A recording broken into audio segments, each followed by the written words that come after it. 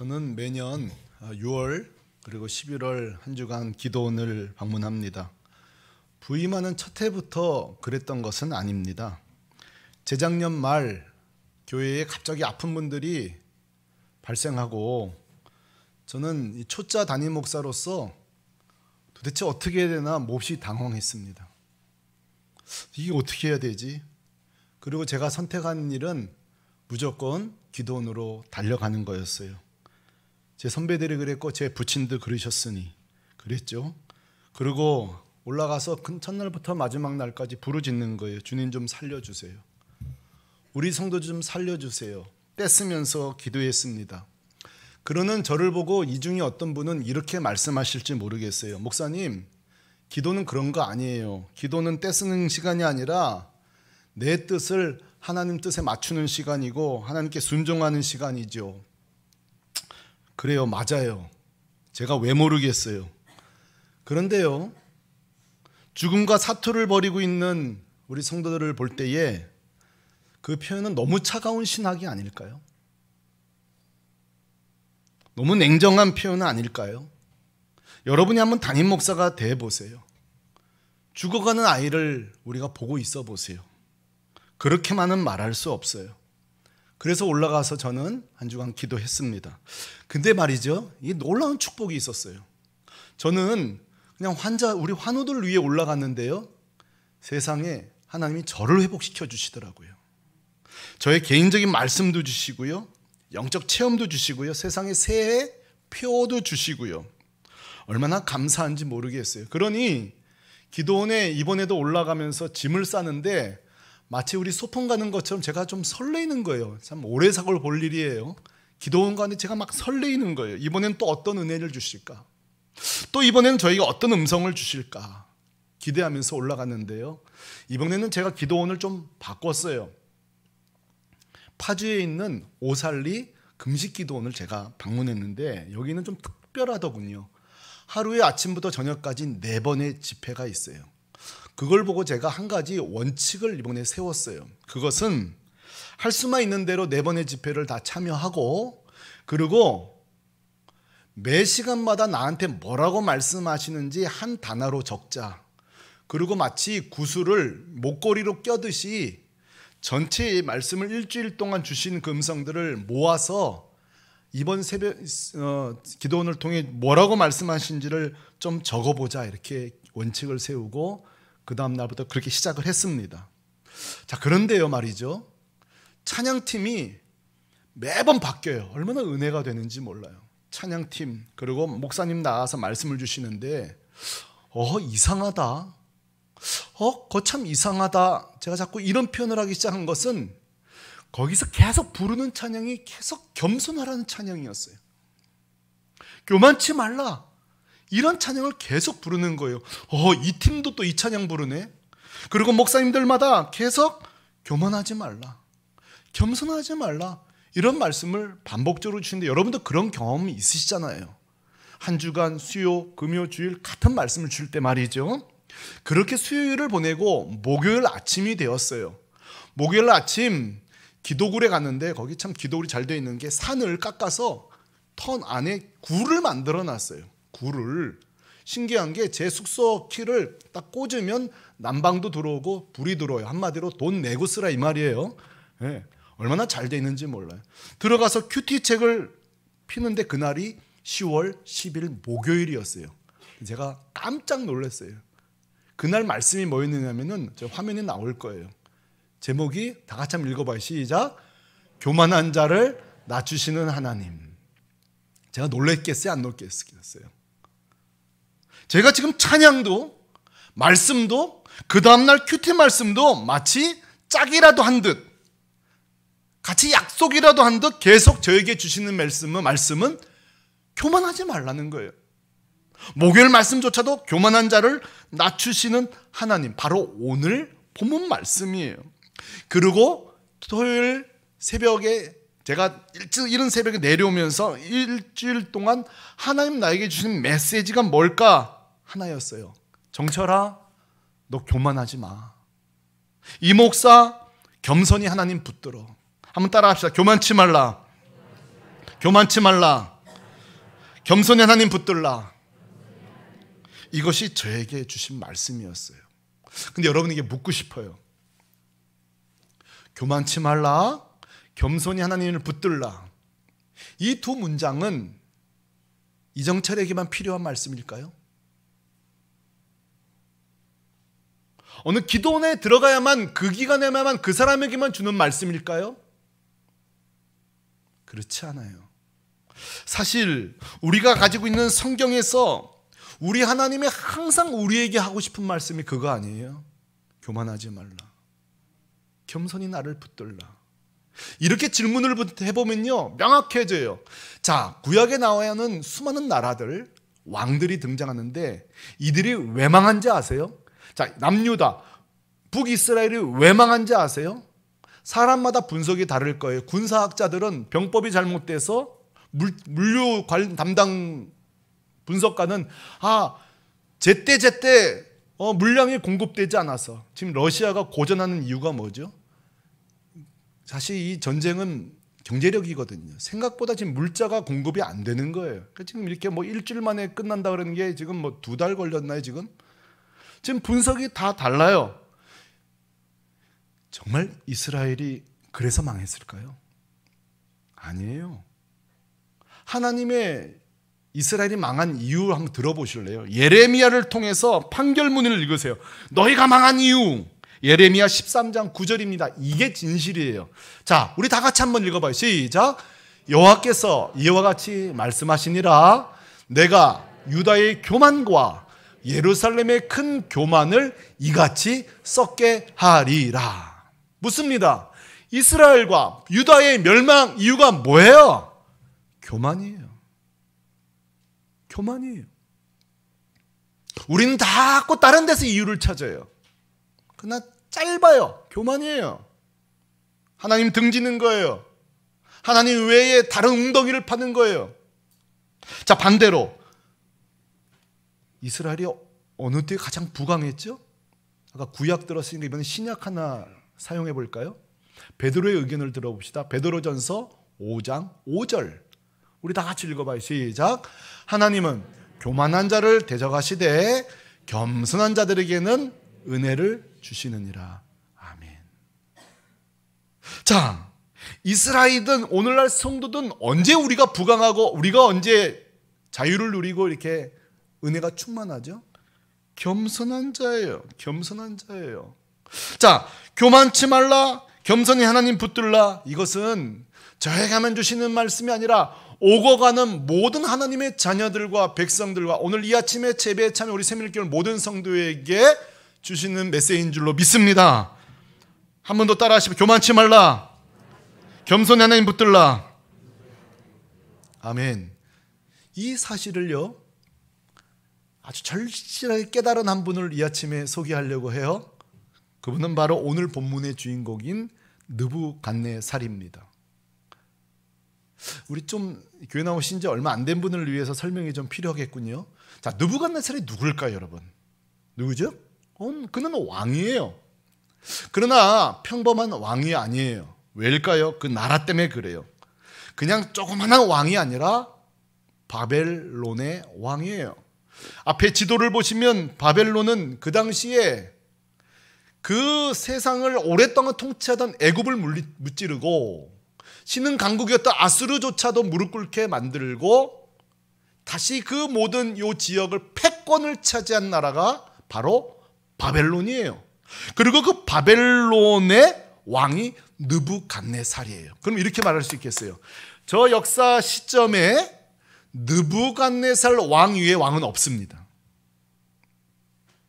느부갓네살 권세 위에 권세는 없습니다. 정말로 누구 말대로 날아가는 새들을 떨어뜨리는, 이렇게 말할 수도 있을지 몰라요. 좀 과하게 말하면 느부갓네살 정말 교만할 만하네, 과시할 만하네. 그 정도로 세상을 호령하던 자가 바벨론이요 느부갓네살 왕이에요. 자, 문제는 오늘 제가 소개하고 싶은 것은 이거예요. 천하에 내가 가장 높은 권세자라고 했던 느부갓네살이 아니로구나, 내가 왕 아니로구나, 아, 나 교만했구나. 겸손을 깨닫는 두 번의 사건을 느부갓네살이 깨닫게 되어집니다. 저는 이게 은혜라고 생각해요. 교만하게 살던 인생이 이 겸손하게 하나님 만난 게 이게 은혜죠. 어떻게 하나님께서 이 겸손을 배우게 하시냐면 두 가지 사건을 2장, 3장에 등장하는 게 뭐죠? 우리 어린 시절 말씀 들었던 거 생각해 보세요. 첫째로 이 느부갓네살 왕이 도무지 그 나라의 모든 지혜자와 술객과 박수도 풀 수 없는 큰 신상과 관련된 꿈을 꿉니다. 그리고 번민에 빠져요. 아마 자기가 통치하면서 이런 경험은 처음이었을 거예요. 내가 하고 싶으면 다 하는 거예요. 내가 주장하고 싶으면 다 주장하는 거예요. 그러나 처음으로 스톱을 배운 거예요. 처음으로 일시 멈춤을 배운 거예요. 아하, 내 힘으로 안 되는구나. 내 능력으로 안 되는구나. 느부갓네살이 이 시간을 맞이한 거예요. 그리고 우리가 잘 아는 것처럼 하나님의 사람 다니엘을 통해 이 꿈이 풀리고 하나님이 온 우주의 왕이시라는 사실을 깨닫게 됩니다. 할렐루야. 난 성도들에게 이렇게 말씀하고 싶어요. 성도 여러분, 여러분의 사업이든 여러분 인생이든 모든 게 잘 되는 거 좀 잘 되길 바라요. 그러나 여러분이 폭주기관차처럼 교만한 채 여러분의 사업이 잘 되고 하나님과 멀어진 채 여러분의 자녀들이 짱짱하고 하나님과 완전히 분리돼 살아가는데 모든 것이 잘 되던 중 약간의 어려움이 생기고 일시멈춤이 생기고 동작 그만이 생긴 게 여러분 힘들어도 아멘 하셔야 돼요. 그게 은혜입니다. 그게 은혜입니다. 저는 일본을 놓고 매일 기도할 때마다 늘 그래요. 저 나라다가 어떻게 하다가 저렇게 하나님 없이도 잘 사는 재수 없이 잘 살아가지고 못 살아야 하나님 찾잖아요. 우리나라 동남아시아 못 사니까 하나님 찾았어요. 선교사 들어올 때 주는 대로 족적 그 영의 양식을 먹었어요. 일본이요. 잘 사는데요 뭐. 요즘 정말 일본이 잘 사는 느낀 게 지금 그 저 깊은 경제 위기가 지금 도대체 몇 년이에요? 깊은 10년 이상인데도 버티는 거 봐봐요. 제가 그랬죠. 어쩌다 이렇게 재수 없이 잘 살아가지고 하나님을 못 만나나. 자 보세요. 돈 많은 게 재수 있는 게 아니에요, 여러분. 내가 하나님 없는데도 건강한 게 재수 있는 게 아니에요. 어쩔 때는 좀 삶의 이상이 온 게 은혜예요. 참 이게 아멘하기 어려우시죠? 그러나 영적으로는 은혜예요. 내 인생에 동작 그만 일시정지가 있는 게 은혜예요. 느부갓네살이 한 번쯤은 풀 수 없는 꿈을 꿔야 그게 은혜인 거예요. 그때 다니엘을 통해 하나님을 경험하죠. 근데 3장에 보면요, 이 느부갓네살이 왔다 갔다 해요. 해가닥해요. 또 하나님을 망각하고 다니엘을 기억하세요? 풀무불에 다 집어넣어요. 죽이겠다고. 그때 기억 더듬어보세요. 3사람 집어넣는데 몇 사람 있었죠? 그렇죠. 손가락 보시면 아시죠? 4사람이 있는 거 보고 느부갓네살이 깜짝 놀라서 빨리 꺼내라고. 시체라도 좀 보려고. 근데 성경이 뭐라고 말하고 있죠? 머리털 하나 그을리지 않았다는 거예요. 그때에 다니엘서 3장 28절에 느부갓네살이 그냥 찬양을 해버립니다. 다 같이요. 시작.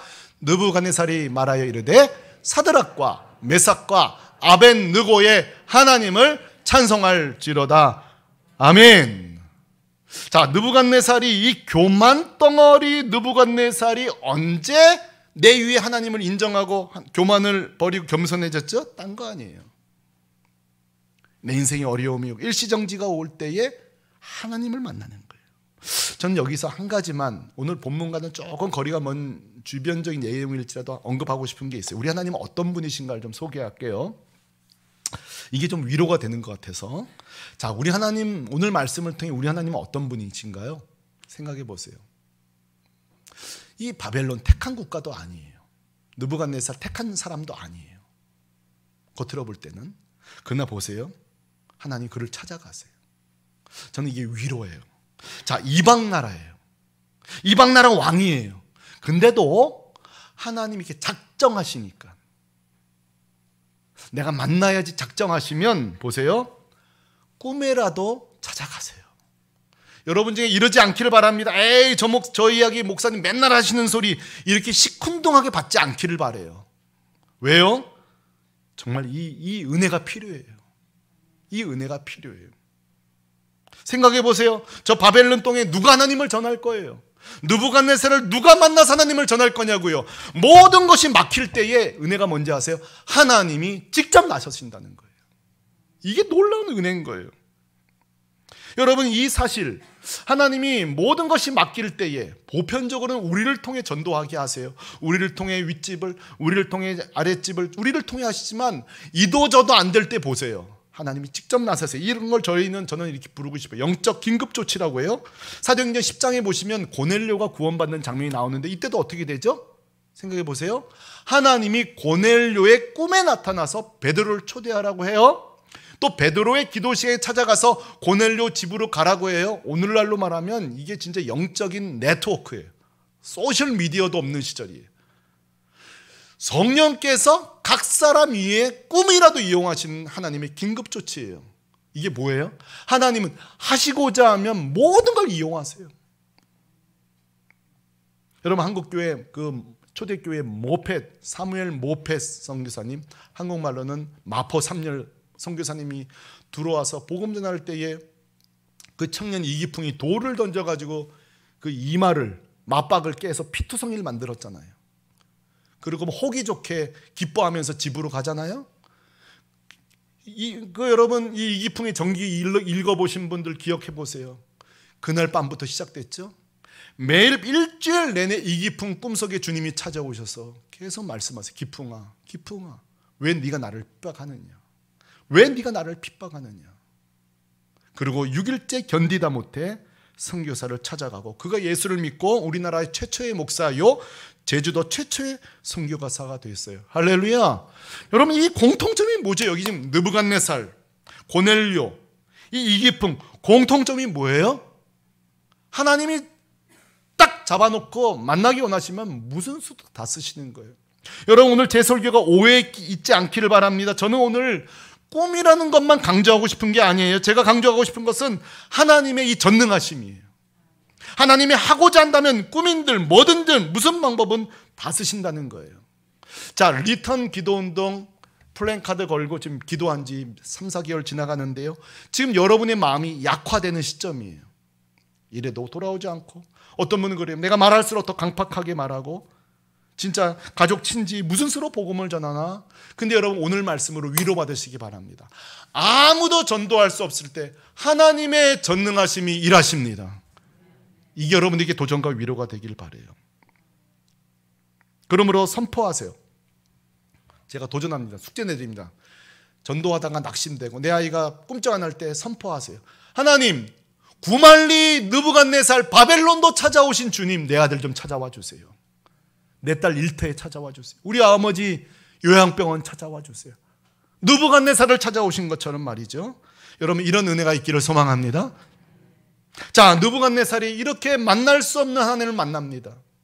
경험할 수 없는 겸손을 경험합니다. 근데 문제는 말입니다. 이 느부갓네살이 문제예요, 문제. 뭐가 문제인지 아세요? 왔다 갔다 해요. 왔다리 갔다리 한다고요. 언제는 하나님을 찬양하다가 또 교만해지는데, 여러분 4장에 보면요, 또 시작이에요. 또 시작이에요. 또 교만이 살아나요. 30절, 이 교만병이 또 시작됩니다. 다니엘서 4장 30절, 다 같이 시작. 나 왕이 말하여 이르되 이 큰 바벨론은 내 능력과 권세로 건설하여 나의 도성으로 삼고 이것으로 내 위엄의 영광을 나타낸 것이 아니냐 하였더니. 또다시 이 성 내가 지은 건데, 이 나라 내가 세운 건데, 또 시작이에요. 또 시작이에요. 제가 오늘 느부갓네살 왕을 보다가 비슷한 한 사람을 발견했어요. 저예요, 저. 저랑 어떻게 똑같은지 모르겠어요. 저는 사실 살아오면서 놀라운 은혜를 많이 체험했어요. 사실 저는 교만해서도 안 되고, 정말 이렇게 엉터리로, 때로는 엉터리로 사역해서도 안 되는 놀라운 은혜를 저를 주셨어요. 근데요, 제가 얼마나 엉터리인지 이 은혜를 잊어요. 이 느부갓네살이 하나님의 은혜를 잊는 것처럼 제 자신을 보면 왜 이렇게 은혜를 잊는지 모르겠어요. 지금 한 10월줄 되면 열심히 큐티하던 것도 이렇게 느슨해지고, 기도 생활도 느슨해지고, 어느새 이 목회도 내 힘으로 해보려고 하는 막 내 자아가 살아나고 말이죠. 또 스물스물 제 안에 교만이 살아나는. 내가 그래요. 어쩔 수 없는 교만 덩어리구나. 어쩔 수 없는, 별 수 없는 교만 덩어리로구나. 제가 지난주 설교하면서 성도들에게 회개할 거 하나 말한다고 했었죠. 이런 것도 다 기억 잘 하시잖아요. 예. 지난달 제가 나누고 싶은 건 뭐냐면 이 내용이에요. 지난달 제가 얼마나 교만했었는지를 제가 한번 소개할게요. 사실 2023년도 저희 교회가 좀 중요한 해예요. 여러 가지 상황적으로. 그래서 몇 가지 계획을 세우다가 사역자도 좀 변화를 좀 두기로 결정을 했고, 사역자 또 몇 분은 모시기로 결심을 했죠. 그리고 우리 전사님들을 모셔야 되니까 그 공고란, 구직하는 사역자를 찾는, 청빙하는 그런 우리가 그 미디어에다가 우리 교회에 다 올렸어요. 그런데 지원자가 없는 거예요.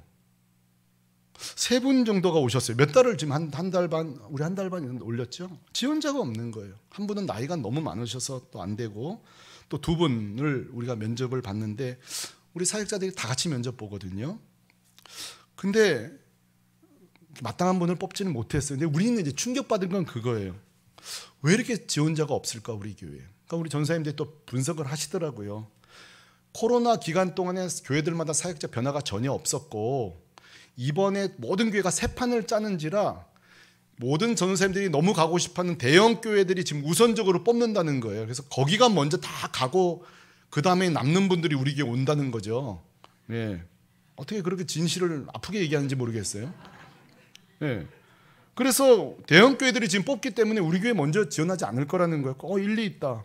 두 번째로는 저희 교회도 이렇게 사례를 아주 적게 주진 않는데 또 바뀌어서 우리 사례가 또 평범한 사례가 됐다는 거예요. 좀 더 줘야 된다는 의견도 있는 거예요. 그래서 그것도 일리가 있다. 이래저래 우리가 면접을 마치고 그 다음 주에 이제 제가 새벽에 와서 기도하는 거예요. 주님, 왜 이렇게 사역자가 지원이 없죠? 이런 지금 현상들 전도사님들이 분석하는데 어떻게 하면 좋죠? 기도하는데 하나님의 생각은 전혀 우리의 분석과 달랐어요. 하나님이 제 마음에 주신 감동은 그런 거였어요. 제 스스로가. 한번 들어보세요. 제가 지난달에도 매일 나름대로 열심히 기도할 때 제 기도의 우선순위가 누구였냐면 요즘은 사실 우리 환우들이에요. 환우들. 좀 주님 은혜 주실까 싶어서. 그 두 번째가 리턴 기도 운동이에요. 230명 좀 돌아왔으면 가족 보고마. 근데 제가 하나 놓친 게 있었어요. 그게 뭐냐면 제가 사역자 놓고 기도를 안 했더라고요. 전사님에게 어느 학교 올리세요? 어느 학교 올리세요? 이렇게 했지. 제가 사역자 놓고 하긴 했겠죠.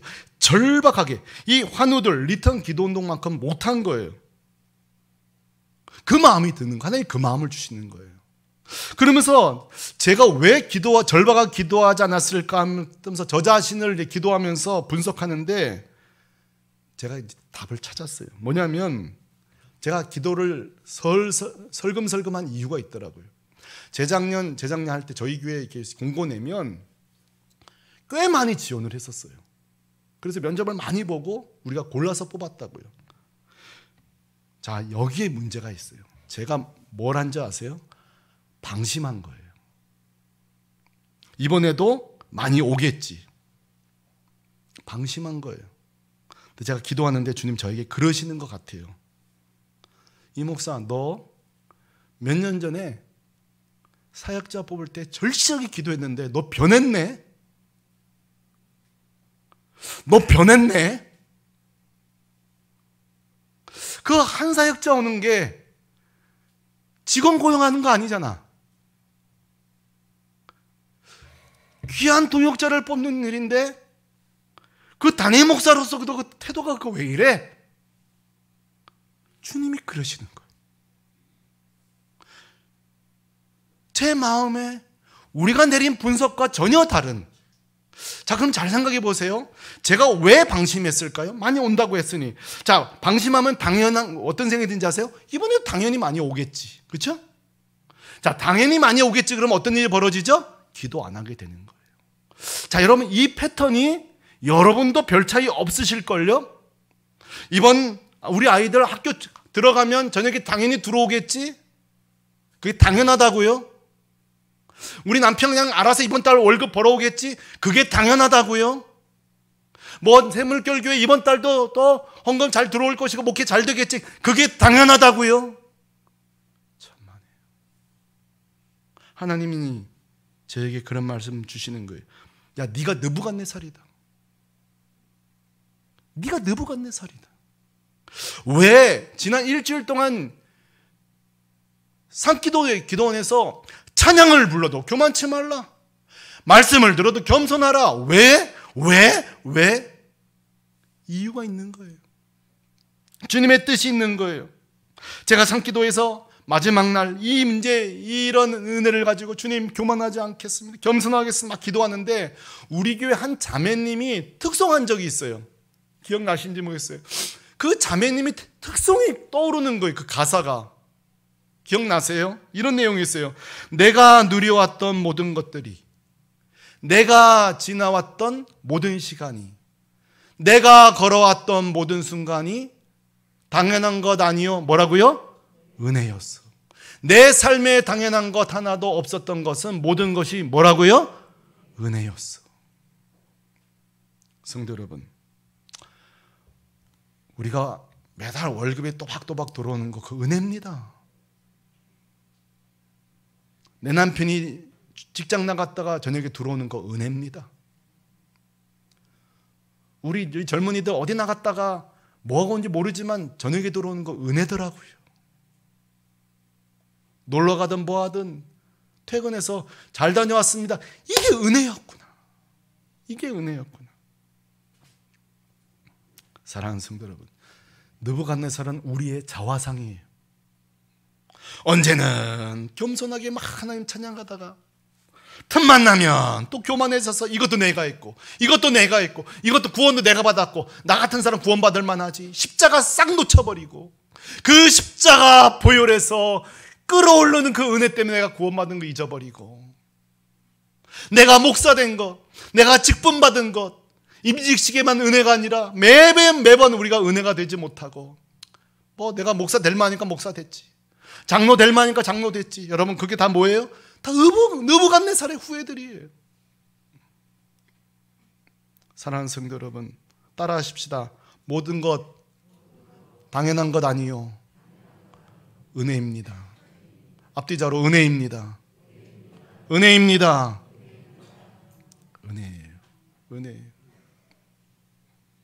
자, 제가 내린 결론이, 아하, 이정철 요 놈은 가만 놔두면 은혜 덩어리구나. 교만 덩어리구나. 교만 덩어리구나. 알아서 들으세요 좀. 틀려도. 요 놈은 가만 놔두면 이거 천성이 교만 덩어리구나. 여러분도 동의하세요? 우리 이게 교만 덩어리예요. 그래서 제가 오늘 몇 가지 제안을 좀 하려고 해요. 아, 이 가만 놔두면 안 되는구나, 우리 인생은. 그래서 제가 몇 가지 제안할게요. 첫째, 어떻게 하면 우리가 이렇게 왔다라 갔다리 할 수 않고 좀 은혜로 살 수 있을까? 첫째, 모세의 제안을 소개할게요. 모세 방법이 괜찮은 것 같아요.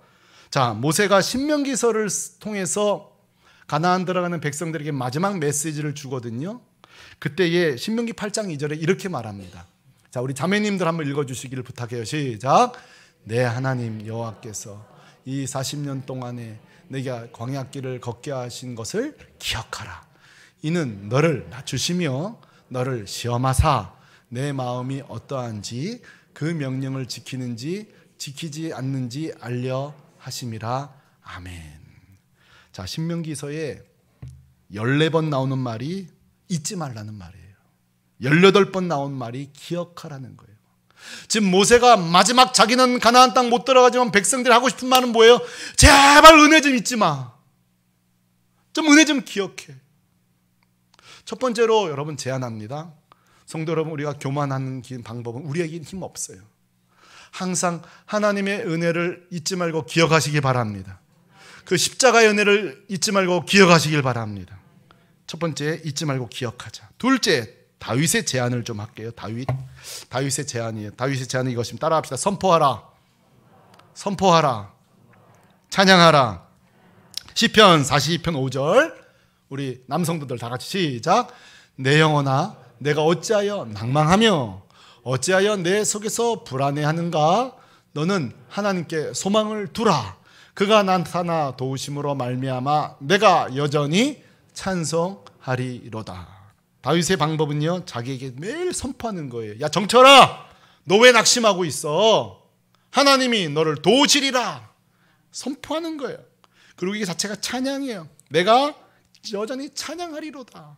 자, 느부갓네살도 상태 좋을 때는 늘 찬양하잖아요. 하나님 찬양합니다. 또 하나 마지막으로 히브리서의 제안을 합니다. 이게 제일 중요합니다. 히브리서의 제안입니다. 우리 다 같이 한 목소리로 주만 바라보라. 주만 바라보라. 히브리서 12장 1절 다 같이 믿음의 주여 또 온전하게 하시는 이인 예수를 바라보자. 한 번 더 시작. 믿음의 주여 또 온전하게 하시는 이인 예수를 바라보자. 아멘. 별 수 없어요. 내 꼴을 보면 다 내가 한 일처럼 보이만 주님을 보면 다 주의 은혜예요. 전부 다 주의 은혜예요.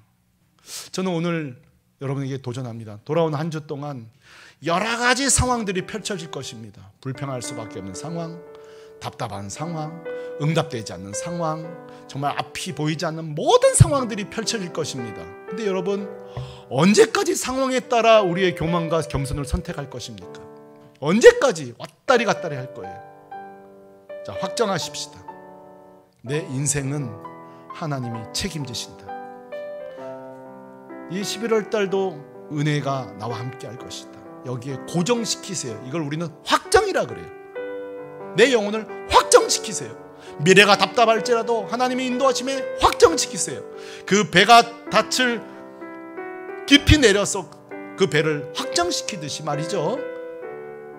한 주 동안 하나님 앞에 다 돛을 내리고 확정하고 단단하게 겸손하게 살아가는 저와 여러분 되시기를 주님의 이름으로 축원합니다. 아멘. 다 같이 자리에서 일어나서 찬양하십시다. 이 가사 내용 보세요. 모든 상황 속에서 언제는 교만하고 언제는 겸손하고 아니에요. 딱 선택했어요. 모든 상황 속에서 주를 찬양하리라. 내 영혼이 확정되고 확정되어 싸우니 내 믿음의 눈을 들어 주를 바라봅니다. 자, 이 찬양 같이 부르면서 내 시선, 내 마음 주님께 고정하고 살겠습니다. 결단하며 이 찬양 같이 부릅니다. 모든 상황 속에서 아멘. 모든 상황 속에서 주를 찬양할지라.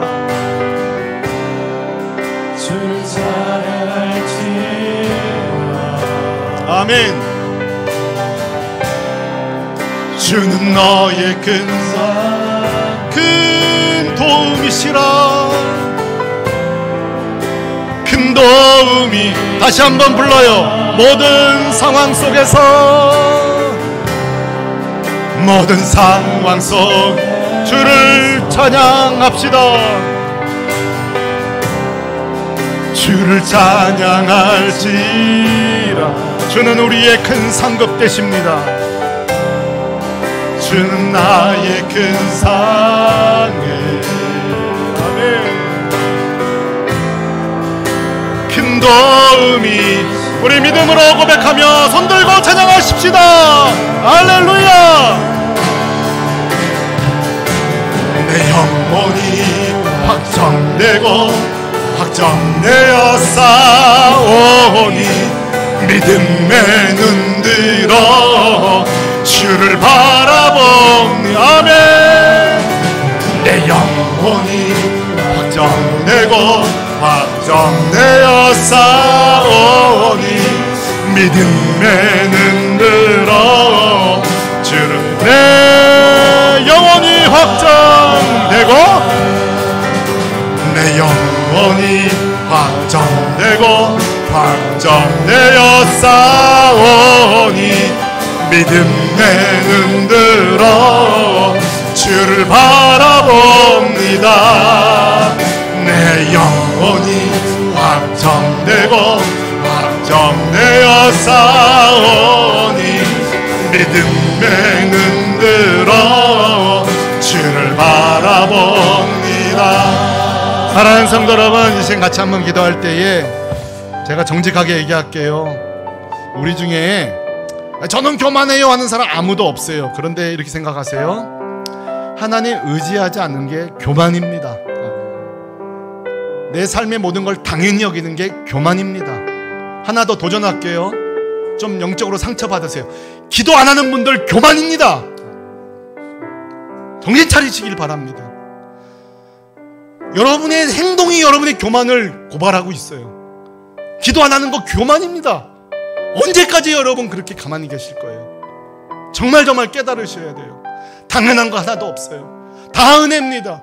다 은혜입니다. 정신 바짝 차리고 우리가 교만하지 않게 사는 방법 하나밖에 없어요. 그분 바라보는 거예요. 기도하는 것입니다. 이 시간에 오늘 주님 말씀 주신 대로 여러분 각자 주신 음성대로 결단하실 분 결단하시고 회개할 분은 회개하시고 같이 한번 기도하며 나가는 기도하겠습니다. 할렐루야. 걸어가신 아버지.